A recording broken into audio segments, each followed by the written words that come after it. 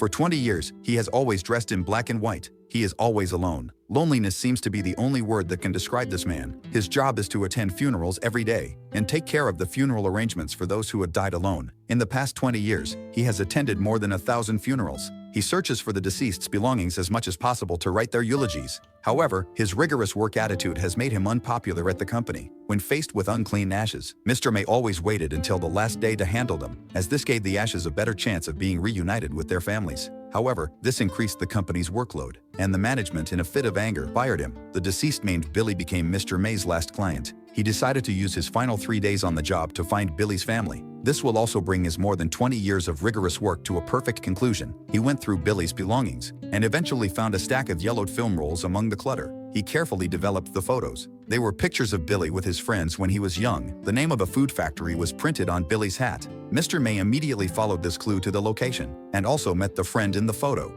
From this friend, he learned that Billy had a particularly hot temper when he was young. Back then, in order to help his co-workers get a 5-minute break, he was willing to break ties with the leadership. But the result of his actions was that he was kicked out of the factory by his superiors.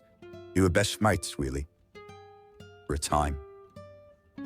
But school kids, just older. It was like my older brother."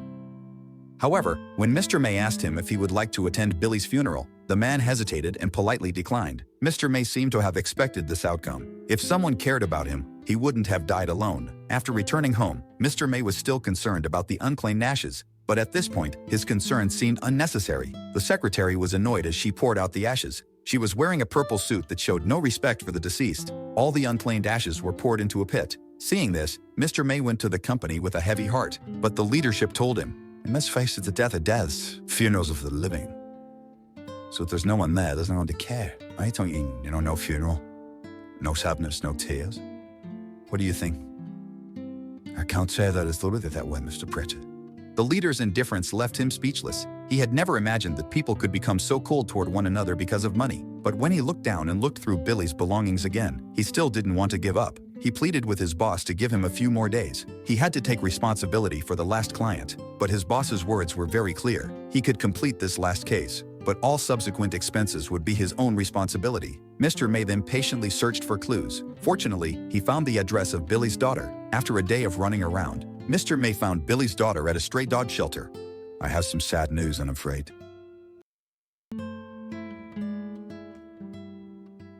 Your father has died."